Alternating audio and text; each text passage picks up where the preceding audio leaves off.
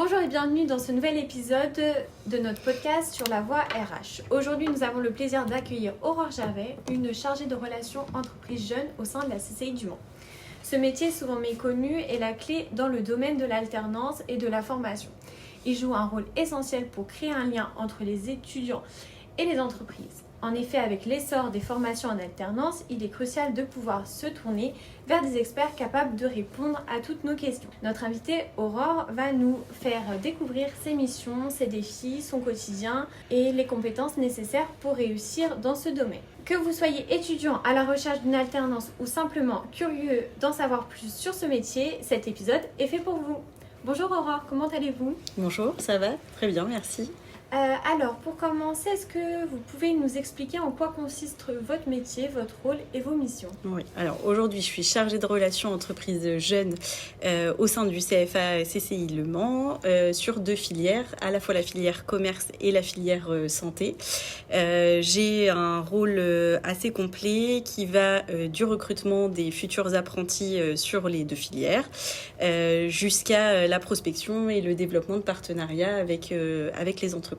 Avec aussi un rôle de mise en relation finalement entre les deux interlocuteurs, c'est-à-dire aussi bien les entreprises que les jeunes futurs apprentis. Vous avez vraiment un rôle bien complet. C'est ça. Donc pour exercer ces missions, quelles compétences sont essentielles dans votre métier ? Déjà, il faut de la polyvalence. Je pense un rôle d'accompagnement de jeunes dans leur recherche d'entreprise. Il faut aussi être convaincant par rapport aux formations qu'on peut dispenser ici au CFA, que ce soit de la part du public des jeunes, mais aussi des entreprises partenaires avec qui on veut travailler demain. Un rôle aussi d'empathie vis-à-vis des jeunes.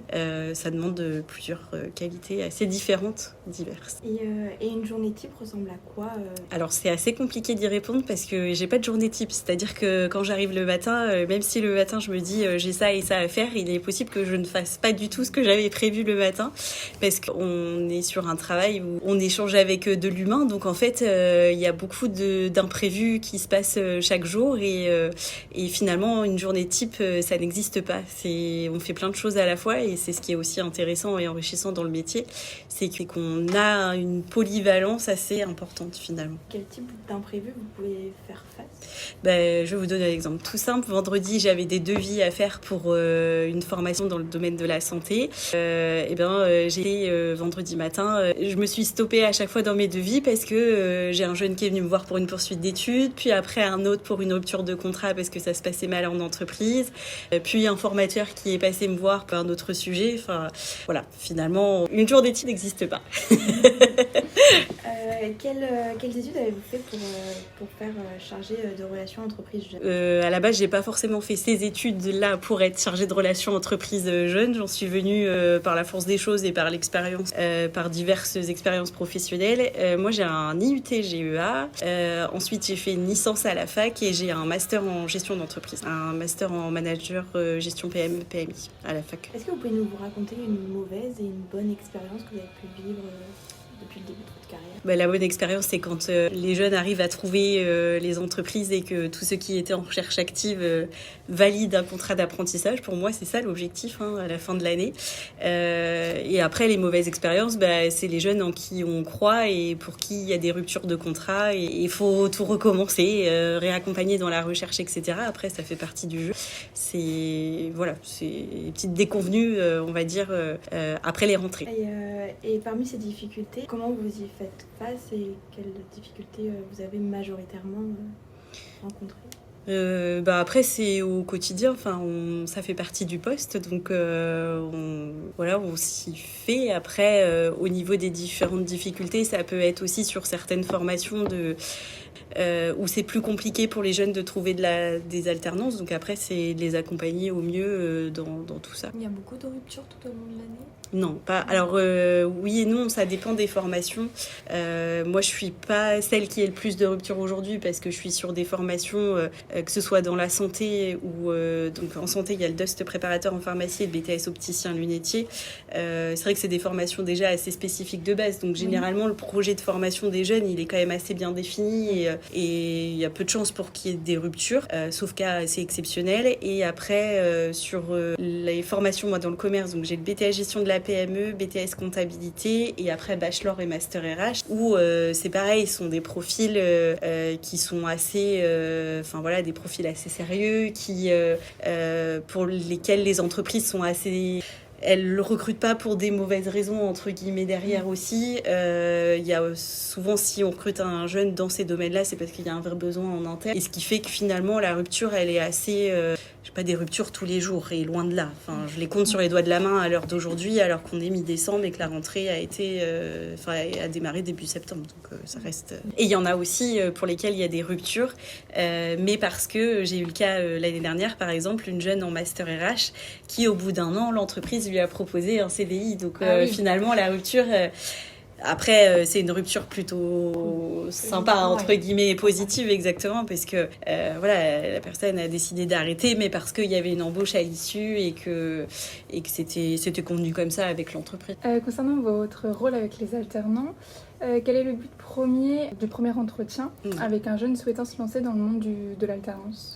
Le but premier, c'est de valider son dossier de candidature, notamment de regarder vis-à-vis de ses bulletins de notes si tout est conforme, que ce soit par rapport aux appréciations des autres professeurs ou formateurs en fonction du diplôme dans lequel il est, les absences, les retards, etc. Enfin voilà, de valider tout son dossier scolaire, on va dire, et de valider aussi son projet de formation. C'est-à-dire qu'il y a des jeunes aujourd'hui qui savent pas vraiment vers quelle formation aller. L'idée, c'est aussi de les accompagner dans ce projet-là et de valider que le projet colle bien avec la formation souhaitée. Et puis après, derrière, c'est aussi toute la partie accompagnement, recherche d'entreprise. Donc, quelles sont les démarches à faire, regarder le CV, s'il est correct par rapport aux entreprises qui va les démarcher. Enfin, voilà, un premier accompagnement, on va dire, dans la recherche d'alternance. Pouvez-vous nous expliquer comment ça se passe si par exemple, le jeune a déjà une entreprise et s'il n'en a pas ? Alors, c'est assez simple s'il a déjà une entreprise, c'est-à-dire que si je valide son dossier de candidature de par son dossier scolaire, là ça se fait assez rapidement, c'est-à-dire que derrière on bloque sa place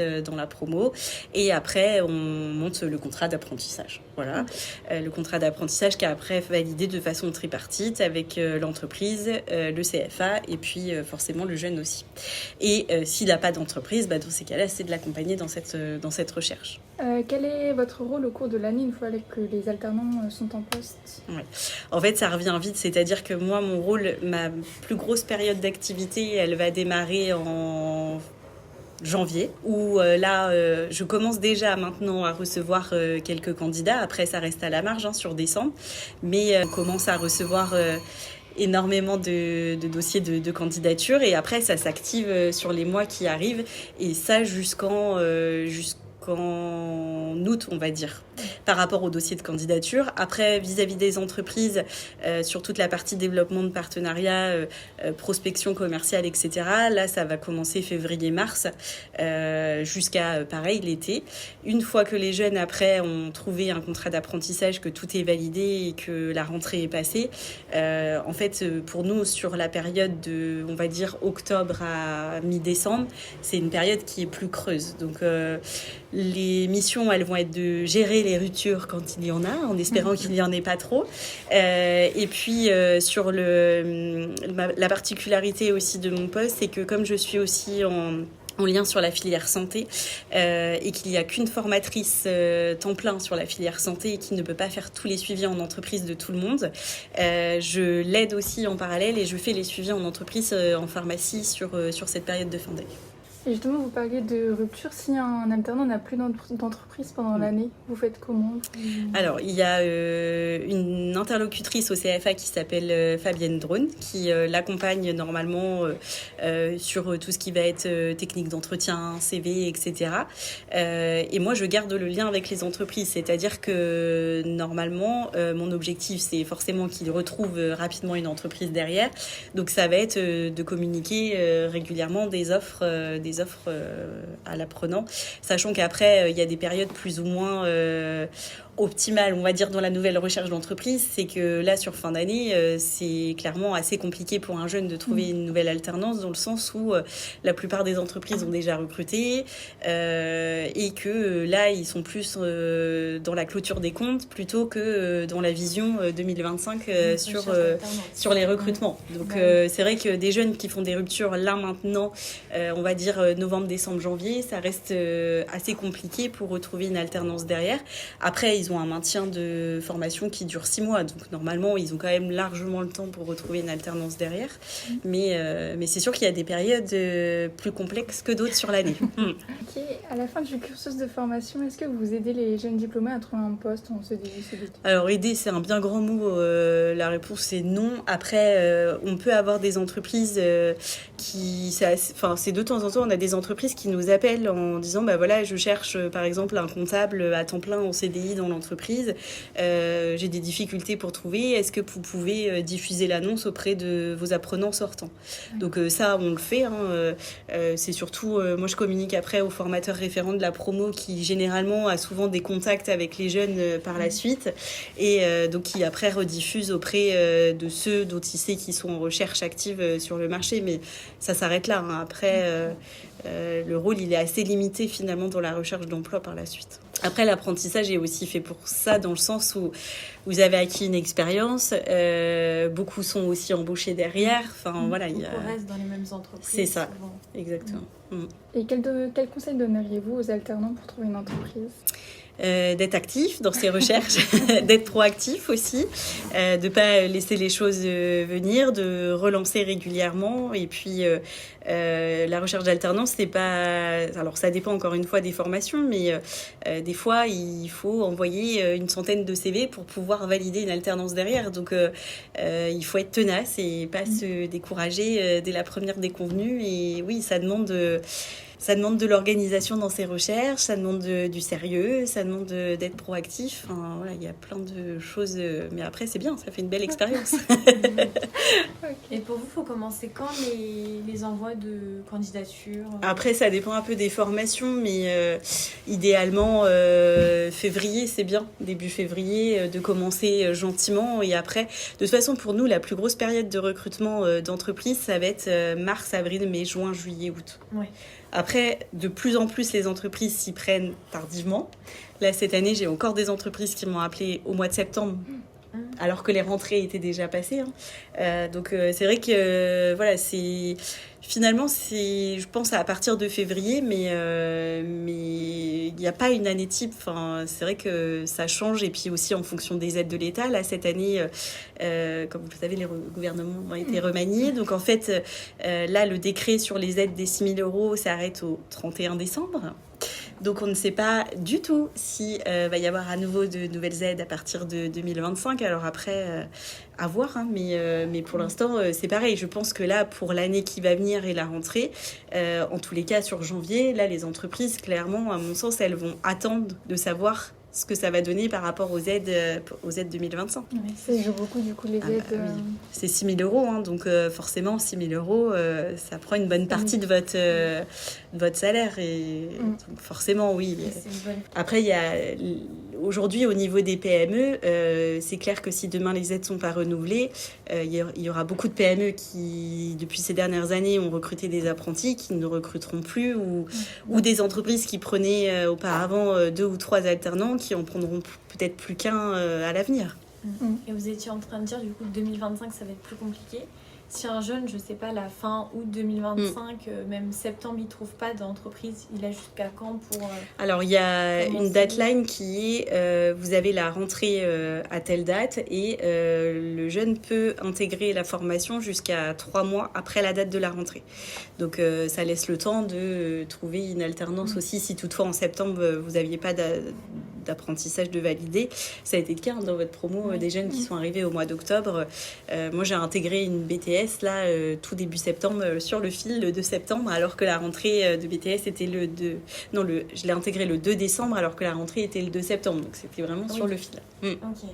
Mais c'était le dernier quart. Après les 3 mois, c'est plus possible. Ok. D'accord. Ouais. Et du coup, ils rentrent dans la formation ou ils peuvent commencer même sans Non. alternance Alors, il y a certains centres de formation qui acceptent d'intégrer en initiale, mais nous, on est un centre d'apprentis, donc on ne peut pas intégrer en initiale. Donc, il faut absolument que vous ayez une alternance pour pouvoir intégrer la formation. Ok. C'est la condition sine qua non pour intégrer. Ok. Comment est-ce que vous gérez les relations entre les entreprises et les alternants, que ce soit en amont ou pendant la formation?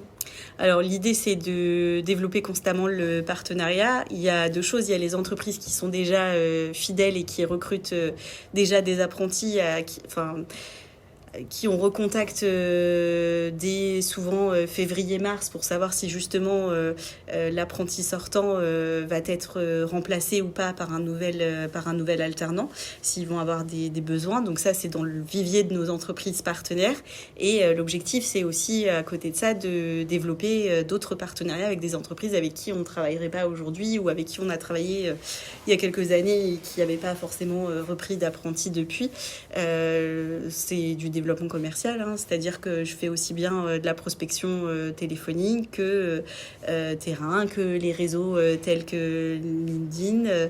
Et l'objectif, c'est en effet de détecter des besoins en recrutement dans ces entreprises-là. Une fois que j'ai le besoin de l'entreprise, moi, je présélectionne les candidats en face par rapport à leur mobilité géographique, au secteur, par rapport à des compétences demandées, etc.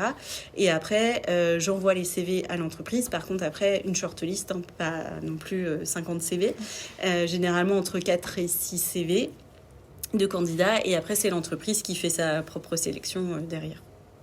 Ok. Qui garde la main sur le recrutement, forcément. Donc pour trouver les entreprises qui accueillent des alternants, du coup c'est la prospection Ouais. sur les réseaux sociaux. De déjà fidéliser nos entreprises partenaires, ça c'est la première Ouais. chose. Et après, exactement, prospection téléphonique, physique, prise de rendez-vous, prospection via les réseaux, tous les canaux possibles quand on est sur une fonction plutôt commerciale finalement. Ok. Est-ce qu'il y a des entreprises qui vous demandent chaque année de Oui. nouvelles personnes Oui. Ouais. Il y a des entreprises qui, à chaque fin de cycle de formation, reprend un apprenti automatiquement. Ok. Et vous faites comment pour fidéliser les entreprises? Après, la fidélisation, elle se fait via ce poste de chargé de relations entreprises jeunes, mais elle se fait aussi au quotidien par vous, par les formateurs, par tous les intervenants et les interlocuteurs finalement du CFA. Merci beaucoup Aurore pour cet échange qui était très enrichissant sur votre rôle de chargé de relations entre les entreprises et les jeunes. Nous avons appris combien ce métier était très dynamique, essentiel pour accompagner les jeunes vers leurs avenirs professionnels, en établissant des partenariats solides avec les entreprises et en soutenant les étudiants dans leur parcours. Des professionnels comme Aurore contribuent à développer et à enrichir la prochaine génération de travailleurs. Si vous êtes étudiant ou jeune diplômé, rappelez-vous que chaque interaction avec un professionnel peut vous ouvrir des portes. Merci à tous nos auditeurs de nous avoir écoutés aujourd'hui. Merci encore à Aurore d'avoir accepté notre invitation et restez à l'écoute pour nos prochains épisodes de podcast.